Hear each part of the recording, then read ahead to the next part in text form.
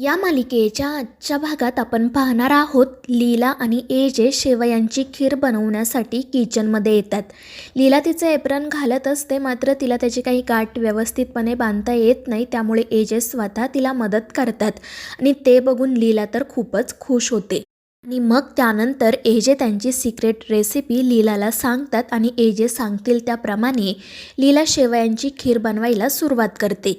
मात्र एका पॉइंटला लीलाच्या हाताला चटका बसतो, त्यामुळे एजे पटकन तिचा हात हातात घेतात आणि त्यावर हळुवारपणे फुंकर घालतात आणि ते बघून लीला एजेंकडे पाहतच राहते. आणि मग त्यानंतर लीलाची खीर बनवून होते. एजे ती टेस्ट करतात, त्यांना ती खीर खूपच आवडते आणि ते लीलाचं कौतुक करतात.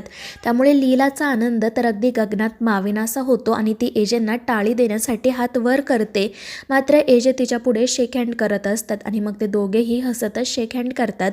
तितक्यात आजी त्या ठिकाणी येतात. त्या म्हणत असतात की वा लीला, काही घमघमाट सुटला आहे खिरीचा. त्यामुळे लीला खुश होते. तर एजे फ्रेश होण्यासाठी जातात. तर लीला आजींना म्हणत असते की तुमच्या मुलाच्या हातात ना खरंच जादू आहे. तर आजी हसतच म्हणतात, हो का, मला तर माहितीच नव्हतं. आणि ते ऐकून लीलासुद्धा हसू लागते. तर दुसरीकडे दुर्गाने घरी येऊन जो काही अपमान केलेला असतो त्यामुळे लीलाचे बाबा तर पूर्णपणे खचूनच गेलेले असतात. मात्र कालिंदी त्यांना म्हणत असते की असे हातपाय गळून चालणार नाही. आपल्याला आपल्या मुलीला त्याच घरात सून म्हणून पाठवायचं हे लक्षात ठेवा. पण बाबा म्हणत असतात की अगं तुला कळतंय का, तू काय बोलतीये? त्या दुर्गा मॅडमने आपल्या घरात येऊन आपली लायकी काढली आणि त्या घरात आपण आपल्या मुलीला पाठवायचं का? तिला त्या घरात सुनेचा मान तरी मिळणार आहे का? तर कालिंदी म्हणत असते मी तिला शिकवेल मान कसा मिळवायचा ते. पण एक गोष्ट लक्षात ठेवा, मी रेवला त्याच घरात सून म्हणून पाठवणार आहे. काही झालं ना तरी यश आणि रेवचंच लग्न होणार. आणि कालिंदीचं हे बोलणं ऐकून रेवला वाईट वाटतं. तर बाबासुद्धा म्हणत असतात की अगं हे काय बोलतेयस तू?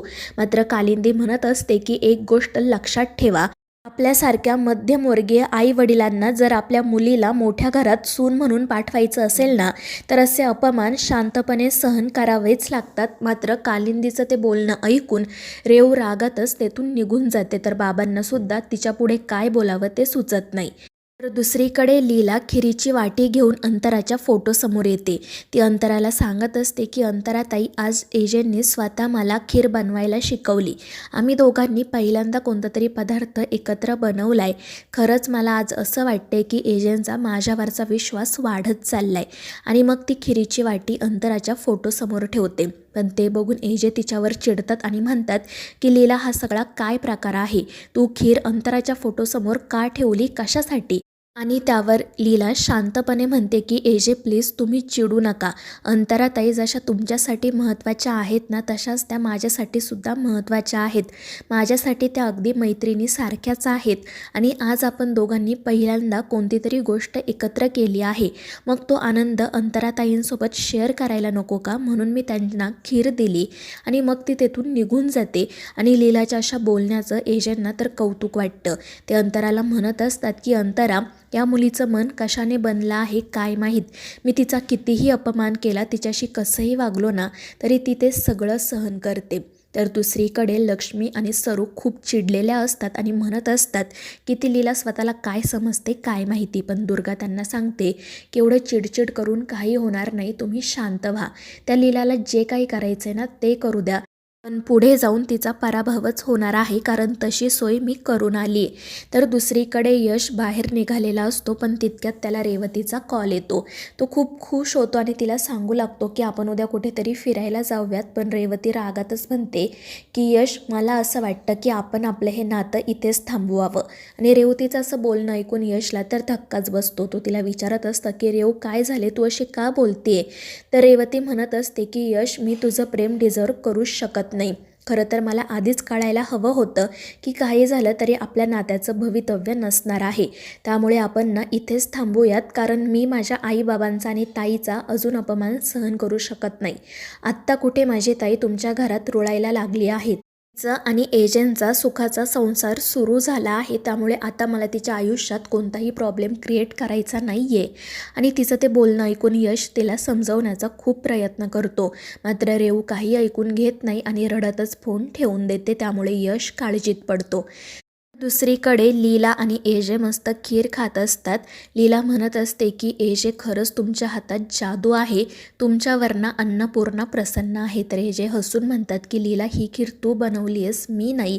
तर लीला म्हणत असते की हो एजे, पण तुम्ही सांगितली तशी मी खीर बनवली आहे ना, नाहीतर मी अशी खीर बनवणं जवळजवळ अशक्यच आहे. आणि मग ती पुढे म्हणू लागते की एजे मी लहानपणापासून इतके गोंधळ घातलेत ना, मी कोणती गोष्ट व्यवस्थितपणे करू शकते यावर माझा ना आता विश्वासच बसत नाही. पण एजे तिला सांगतात की लीला आता ते सगळं विसरून जा, तू मोठी झाली आहेस ना, आणि प्लीज स्वतःला असे अंडर एस्टिमेट करू नको. माझा तुझ्यावर पूर्ण विश्वास आहे, तू हवी ती गोष्ट करू शकते. आणि एजेंचं ते बोलणं ऐकून लीला तर खूपच खुश होते. त्यानंतर मग ती एजेंना म्हणते की एजे प्लीज आपण एक गेम खेळूयात ना, पण एजे नकार देतात. पण लीला काही ऐकत नाही. ती एजेंना मनवण्याचा खूप प्रयत्न करते, पण एजेसुद्धा सहजासहजी तयार होत नाही. पण शेवटी मग लीलाच्या आग्रहाखातर ते गेम खेळायला तयार होतात. मग लीला त्यांना सांगते की गेम असा आहे की मी जो शब्द घेईल तो शब्द तुम्ही ऐकल्यावर तुमच्या मनात जी वस्तू, जी गोष्ट पहिल्यांदा येते ती तुम्ही बोलायची. त्यावर एजे म्हणतात की ठीक आहे, आणि मग ते दोघेजण गेम खेळायला सुरुवात करतात. मग लीला काही शब्द बोलते आणि ते शब्द ऐकल्यावर एजेंच्या मनात जे काही येतं ते पटकन बोलतात.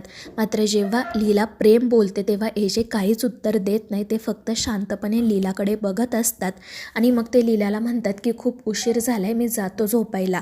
पण लीला म्हणते की एजे सॉरी, पण मला असं वाटलं होतं की मी प्रेम बोलल्यानंतर तुम्ही अंतराताईंचं नाव घ्याल, पण तुम्ही काहीच का नाही बोललात. आणि ते ऐकून एजेसुद्धा विचारात पडतात. त्यानंतर लीला तेथून निघून जाते. तर एजे मनाशी म्हणत असतात की खरंच असं कसं झालं, मी प्रेम हा शब्द ऐकल्यावर अंतराचं नाव का नाही घेतलं. मग दुसऱ्या दिवशी सकाळी एजेंटच्या लक्षात येतं की त्यांच्या मोबाईलवर रेवतीचे खूप मिस कॉल आहेत. ते तिला कॉल करतात पण ती काही कॉल रिसीव करत नाही. त्यामुळे एजे लीलाला आवाज देऊ लागतात, पण लीलाऐवजी विश्वा त्या ठिकाणी येतो. एजे त्याला लीलाबद्दल विचारतात तेव्हा तो सांगतो की मी मगाशी लीला वहिनींना घाईघाईत बाहेर पडताना बघितलं, त्यामुळे एजे लगेच लीलाला कॉल करतात. तर लीला त्यांना सांगते की मी रस्त्यात आहे, माझ्या घरी जाण्यासाठी निघाली आहे. त्यावर एजे मग तिला रेवतीचा कॉल आल्याचं सांगतात. तर लीला म्हणते की हो, तिने मलासुद्धा कॉल केला होता, तिला काहीतरी बेकरीबद्दल बोलायचं होतं, म्हणूनच मी चालली आहे, तुम्ही काळजी करू नका, आणि ती फोन ठेवून देते. मात्र एजे काळजीत पडतात. तर विश्वा त्यांना म्हणत असतो की तुम्हाला जर एवढीच काळजी वाटत असेल तर तुम्ही लीला वहिनींच्या घरी जा. दुसरीकडे लीला घरी आल्यावर रेवूसोबत बोलण्याचा प्रयत्न करते. रेवू मात्र बेकरीच्या कस्टमरसोबत फोनवर बोलत असते. त्यांना सांगत असते की क्रिसमस निमित्त आमच्याकडे वेगवेगळ्या ऑफर्स सुरू आहेत, तुम्हाला जर काही ऑर्डर करायचं असेल तर प्लीज ऑर्डर करा. आणि ते ऐकून लीला म्हणते की रेवू हे सगळं काय चाललंय तुझं. तर रेवू म्हणत असते की ताई मी आता बेकरीकडे पूर्ण लक्ष द्यायचं ठरवलं आहे. आणि तिचं ते बोलणं ऐकून लीला म्हणते की खरं खरं सांग नेमकं काय झाले, कारण आपण दोघी सख्या बहिणी नसलो ना तरी सख्यापेक्षा जास्त आहोत, आपल्याला एकमेकींच्या मनातलंही कळतं, त्यामुळे प्लीज मला सांग काय झालं आहे. आणि ते ऐकून मग रेवू रडतच तिला मिठी मारते. त्यामुळे लीला काळजीत पडते. तर मित्रांनो, या मालिकेच्या पुढील भागांमध्ये आपण पाहणार आहोत रेवतीचं आणि यशचं नातं तुटले हे जेव्हा कालिंदीला कळतं तेव्हा ती सगळा राग लीलावर काढते आणि रागातच तिला खोलीत घेऊन जाते.